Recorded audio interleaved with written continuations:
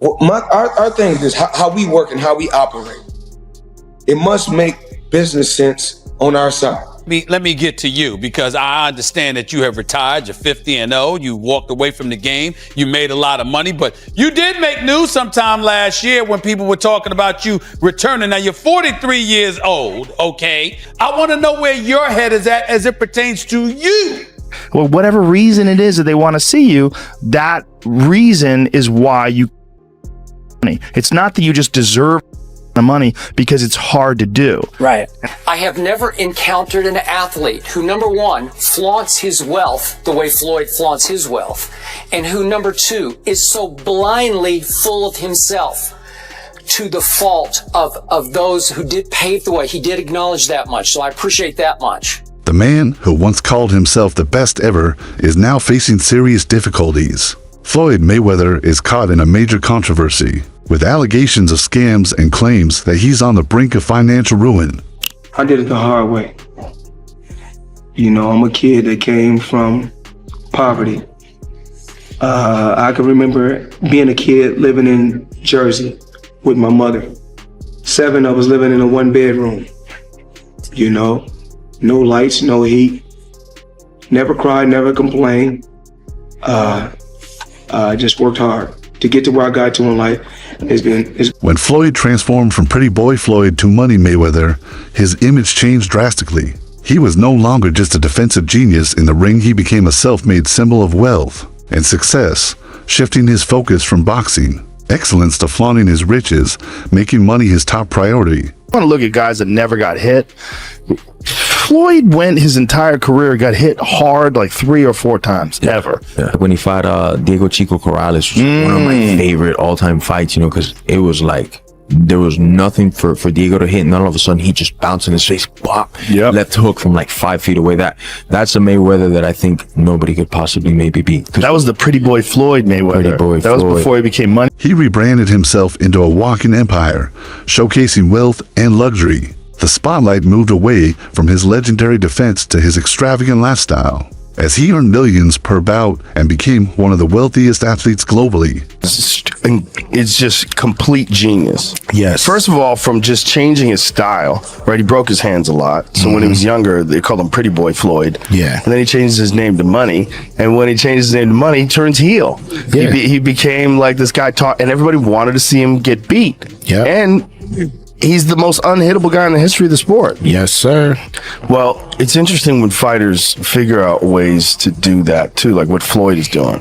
What Floyd is doing is so interesting. He retires from fighting and he says, I'll just start boxing people who have no chance.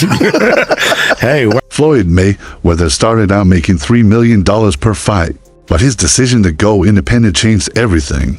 That bold move skyrocketed his income, leading him to earn billions and become the highest paid athlete in the world, breaking away from traditional promoters and managing his career independently, helped him build a financial empire unmatched in boxing history. Mayweather was the highest paid athlete in the world, and you won't believe why. Early in his career, Floyd partnered with a fight promoter where he was making $3 million a fight, but he wasn't satisfied. He thought he could make way more with pay-per-view and wanted out of his contract. So he bet on himself and paid his manager $750,000 to get out. And you won't believe what happened next, so drop a follow. This would prove to be a huge win for Floyd. And after going independent, he made nearly $1 billion and became the highest paid athlete. But with great fortune came personal issues. Mayweather's father admitted that before Floyd's wealth, their relationship was strong. However, after Floyd began making millions, things changed. He became obsessed with spending cars, properties, and luxury items which strained their bond. His father explained that money changes people, and in Floyd's case, it caused a rift between them. Argument in our life, me and him. Then we had an argument on what was the name of it? HBO. You know, HBO. Then another time we argued over by the car. I'm saying, man, what is all this about now? I'm just saying, you know, and we never had no argument. All of a sudden, it is what it is. Sometimes, you know, hey, when people get ain't about me training or anything like that. People's getting money, man. Things change. I don't care whether it's your father, mother, whoever. Father, mother, brother, sister, name it. You know, if sometimes when people get money. As Floyd's wealth grew, so did his arrogance. This shift in attitude pushed away many close friends. Even Mike Tyson criticized Floyd, calling out his ego and saying there was nothing admirable about his behavior. Tyson urged him to stay grounded, especially considering his immense fortune. Feel about Floyd though? Huh? How do you feel about Awesome Floyd? fighter, great fighter. You know, he's a little too into himself. You know, he should be. I was the same way too, but you have to come to reality some way. You have to bring your head down to God. We're nothing to be fucking arrogant. You expect us to be ignorant and arrogant. Look where we came from. That's why I asked the question earlier about you mentoring fighters, because I feel like Floyd looked at you growing up like every other fighter. And the persona and the lifestyle was like, growing up in the hood, we looked at it like, that's Mike Tyson. We see the cars, the jewelry, the flair. Like you was a movie star. You was a hero. Floyd's high-profile friendship with rapper 50 Cent once grabbed headlines, but their relationship deteriorated as Floyd's obsession with wealth intensified. 50 Cent claimed that Floyd started acting like he didn't need him, despite their years of close friendship. The fallout seemed to stem from Floyd valuing money over loyalty and legacy. They're going, yo, when you gonna give me the money? Because you're already invested. Yeah. Right, like when you gonna give me your half of the money back. But I ain't trying to press him because he just got out of jail, right? So it's like, let him cool his heels before you. Was that in the millions? Yeah. Okay. So you sitting there big and I'm like, yo, so when, but see, the fighters are an asset in themselves. They are that talent, regardlessly. Right. You know, so I'm looking at him going, so there ain't no pressure there, but I'm saying, when is he gonna say he wants to, to give me the other half of it? Why I gotta ask you for it? Right. And then when are we talking over 2 million? It's about that. Oh, okay. At that point, it was, invested in. All right. So look, he goes,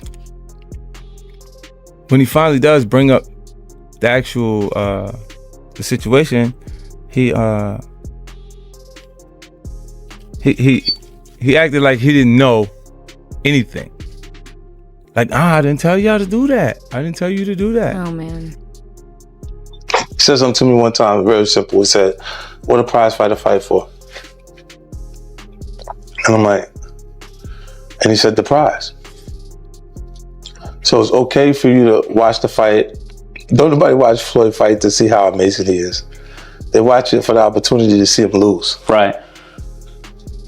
Because they don't like him. They don't like him because everything that he says is about money.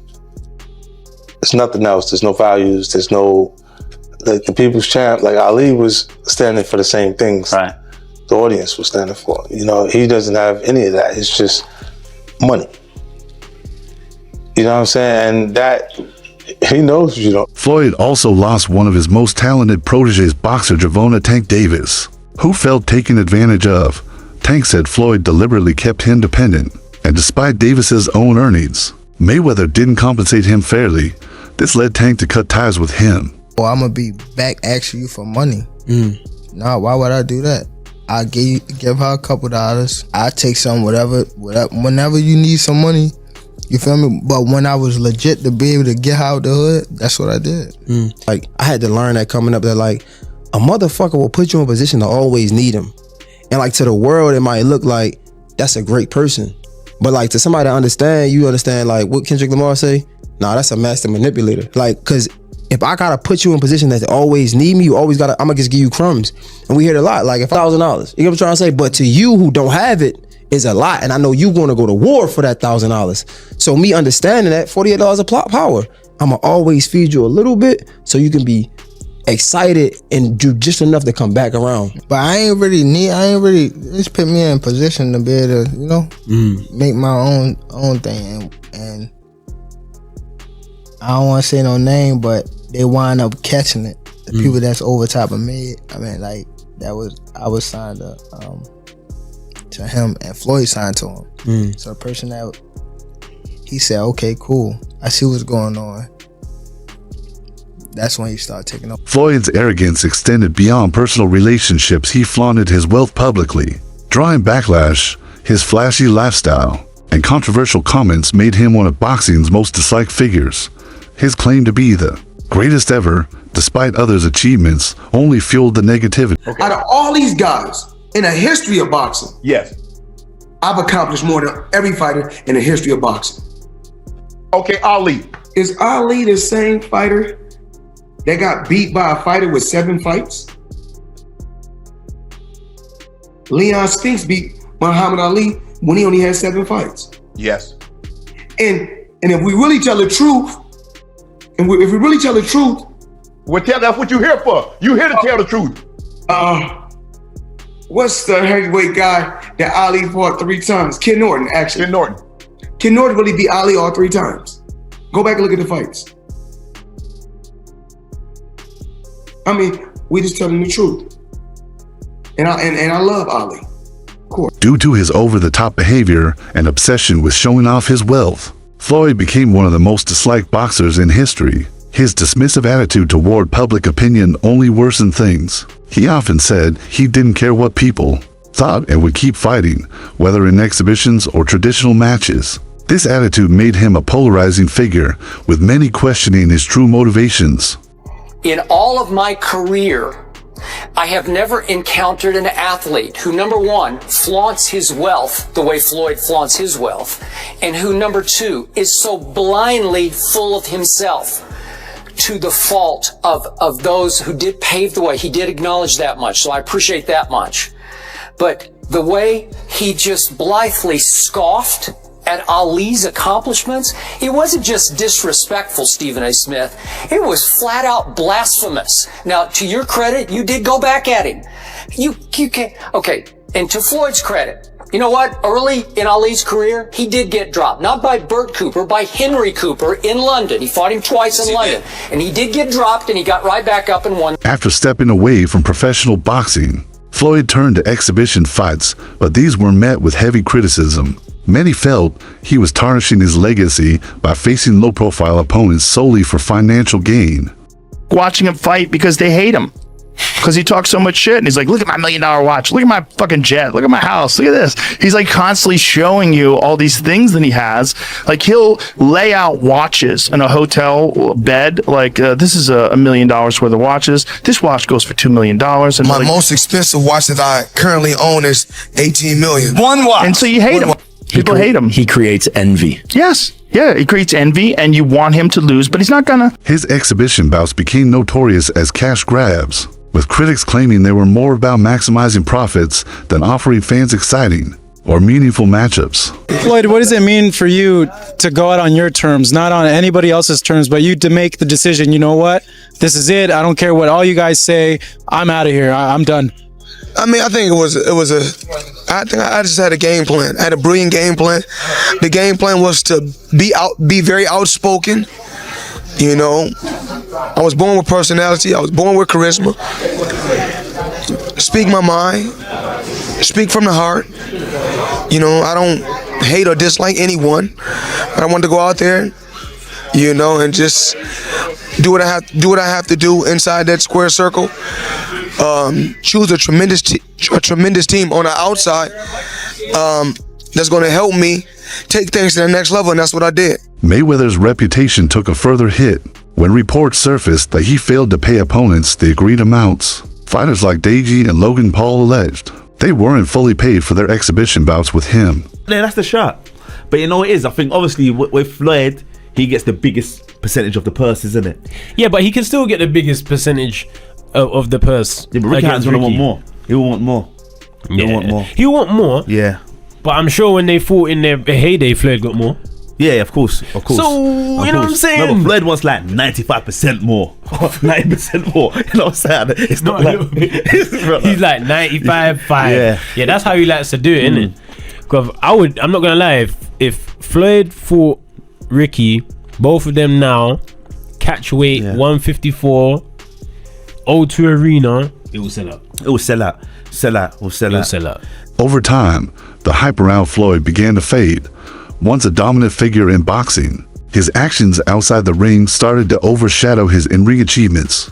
his involvement in a $40 to million scam and reports of shady financial deals. See a lot of people people always bring up the fighter pay with the UFC, but what's isn't Logan complaining right now that he didn't get his checks from Floyd? Is that like a boxing issue versus you don't a boxing you thing? You don't ever hear that coming out. To this day, you hear a guy right going, now. I want to make 30 million, I didn't get paid enough. You don't ever hear guys going, yeah, they didn't pay me yet, ever. Is that like a boxing issue? Well, here's what happens when you go in and you do these fights, and you make them. And Hunter, correct me if I'm wrong.